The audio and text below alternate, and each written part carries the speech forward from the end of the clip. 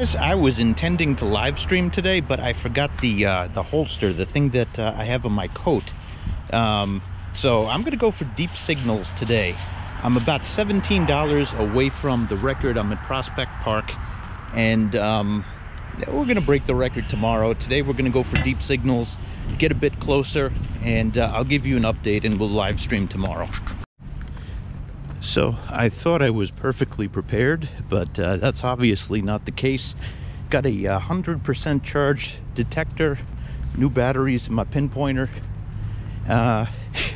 everything but the holster. Even my phone was perfectly charged, and the battery extender. So we're gonna make a day out of it. It looks like we have a pretty empty park. It's kind of cold, so yeah, today's the day. We go for some deep stuff. Yeah, so it's almost New Year's, and this whole $1,000 thing that I've been doing, it really got me thinking, has it cost me some of the good signals? And the days that I focused on the deeper signals, or when I'm at the beach, the ring signals, I get more rings, or I get more deeper, older coins. So this, I was planning on for it to be another day where I'm going towards my $1,000, but wait until you see what happens. So we're going for home runs all day with the Equinox, and unfortunately this is a strikeout. Greatest feeling in the world, super deep signal. Unfortunately, piece of iron. But look at what removing that piece of iron did. Okay, newbies, listen very carefully, especially if you swing an Equinox. Today, I barely moved. I was in the same section of the park. I mean, I moved a little bit later on, but my swing speed was incredibly slow. And I also turned up the sensitivity all the way to 25. I wanted to see how deep the Equinox could go after doing the same test on my Amphibio. And, when you do something like this, you are going to have a challenge with target masking. So I was really focused on an old part of the park, and I needed to take out the junk signals first. Now, regarding the slow swing speed, the processors on the new generation of detectors are ridiculous. I mean, you could swing across fast, and you're beep, beep, beep, beep, beep, beep, beep, beep, and it'll identify 4 signals. But what if you don't see one of those signals? I mean, the other processor that you're dealing with is in here. It's your brain. And you want to be able to, if you're going for deep signals, that is, you want to be able to go very slow, so it's beep, beep, beep, beep, and the tones are identifiable. I like 5-tone mode because it gives me 5 basic ranges, and I can listen for it. It gives me an audio cue. But visual also helps. I'm looking down at my detector, and in a place like Prospect where there's a lot of signals, it is picking a needle out in the haystack. So long story short, swing slow. If you are in a really, really busy place, dig up those targets that can mask the really deep signals. There's more that's in there. Well, there we go. First treasure of the day, we got a musket ball. More junk. Let's see if this concept repeats. Remove the junk, see if there's treasure around. Only been working one patch here, but look at this. I got a 10-11 here. About 8 inches down. Unfortunately, it's the golden pull tab. Yeah. More old iron. Let's move out. Let's see if this uncovered something else. The longer that you detect, the more that gridding sounds appealing to you. Let me explain, because oh my god, I swore I would never do this, but I think my brain is changing.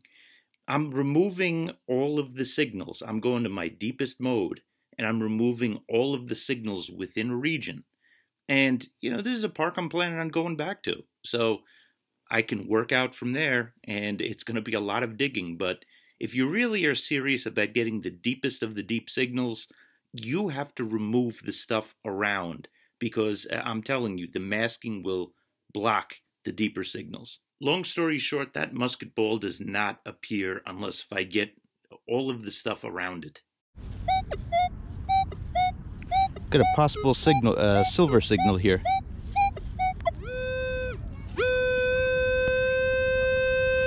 Look at that, all the arrows down.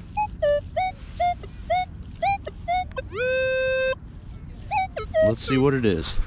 All right, we got it. I'd say it's about 8 inches down. Well, it's not silver, but what it is, it looks like a 1913 wheat cent. Let me clean that up and double check. But we got a deep wheat cent.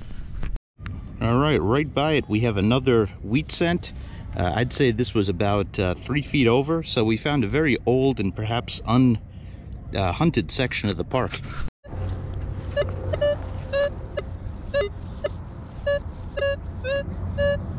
$13, $12, $13, $14. Could be a nickel signal. Look at how deep it is.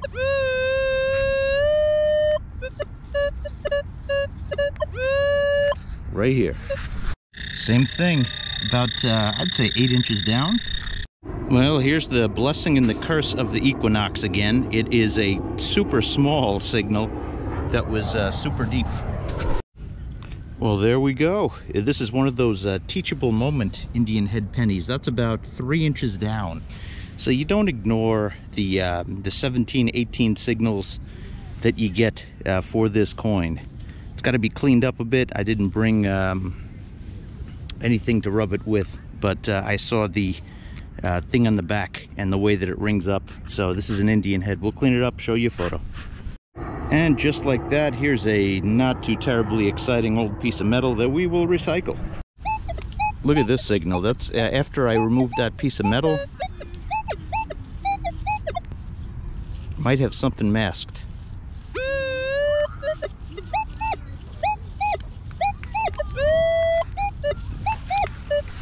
Well, that's bizarre. It is Roosevelt dime that just got chewed up by a lawnmower. Yikes. Dime, I sure need these. Getting close to the 1,000. Yeah, I dug up a few nickels too. I didn't put them on film, but I'll show you at the end. I'm doing an entirely different type of digging today, and perhaps it's a precursor for next year. But a lot of these, I'm not showing them all, but I'm sure getting them. I just got the weirdest and most blinged out cap. I thought it was a ring at first. Look at this. What the heck, man? Would you believe that even here we have 12-inch bud cans? Well, we got a rod of some sort. It's got a tip and it's hollow like a pen. These things are so annoying. They ring up like quarters. USB drive. Okay, look at that. That is a dollar coin and a quarter. That is exactly what I need. Another quarter. More dangerous coin pollution removed from the earth. Plenty of quarters left here. We have Indian head number 2. He was right underneath that coin pollution, that quarter. Of course, if you're going for deep Indian heads, you get a lot of these. This also gives me an opportunity to repair these. You know, there's no grass around. I'm going to flatten this. By the way, this was not detectorists. These were dogs. 2 more of these American monetary discs. This was about 10 inches down. This is Colonial right here.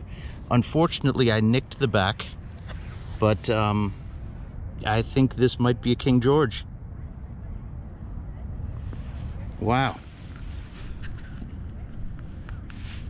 Oh my God, look at that. You could see the face there. This is in pretty good condition other than the neck, but hey, that's all right. This has the potential to be the oldest coin that I ever found. So, we'll see. Wow. So now we have a mystery coin on our hands, and that's a fun dilemma to have. Here's what we know. 1, it is thicker than a King George coin, at least a little bit. So the bottom coin is the coin that I found today, and the top 2 are King Georges that I have found before. 2, it is the same diameter as the British King George currency. 3, we know that the face is facing to the left, and it's kind of tough to get any writing off of the coin. but here is a close-up of the face side, actually a few close-ups of the face side. Now the back side is where we might be able to ID it the most, and I see a circle that's there, and there's a circle on the inside of the coin and like a donut shape on the outside, so um, no writing is visible. Ironically, there might be a date there. So Lou put this into a Facebook group, and there were some interesting comments. One person said that it might be a French coin, and that's a pretty close match in terms of the silhouette. I don't see the writing, but silhouette-wise, that might be right on. On my own Facebook page, Jimmy Rourke says it looks like George II, which would make it 1714 to 1727. That would make it my oldest coin if that's the case. So here's where I look to you. I can teach you how to detect a bit, but in terms of IDing the stuff, I've learned more from you than I think you have from me, perhaps. So I'm really looking forward to your comments. Another one of these. Why did I dig up $1,000 of these again? Another one of these quarters. More senseless coin pollution.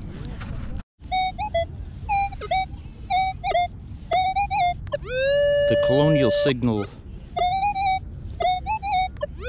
looked a lot like this.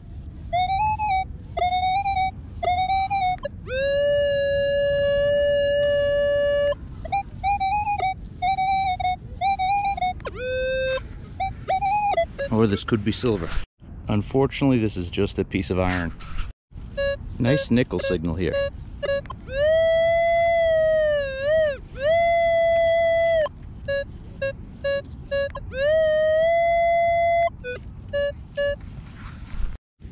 Unfortunately, not a nickel. Okay, I think this is a wheat penny. I'm in the woods. I usually don't do woods hunting, but let's give it a try. 17, 18, 19, 20, and deep.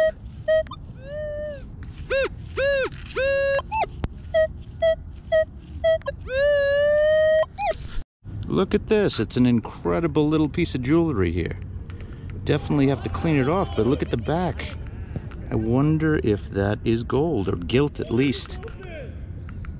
But we got a jewel in here. Not like the jewel that you smoke nowadays, but wow. Running out of daylight here fast, so I'm gonna head back to my car. 50 cents. All right, last signal of the night, I believe, is an Indian head penny. It rings up like one. We're gonna have to take a good look at it. Not last signal of the night. Look at this. We got something jumping up.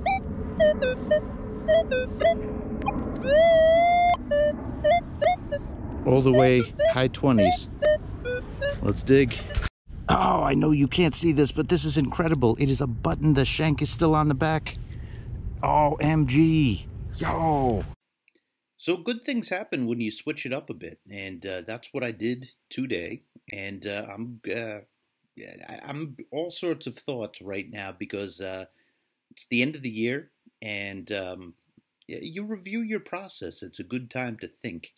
And if anything, I flew around parks and I picked up clad. I had a goal at the beginning of the year to get to $1,000 in clad. It sure seems like I'm going to get there. Don't want to jinx myself. Still got 3 days left in the year at this point, but we're going to get there.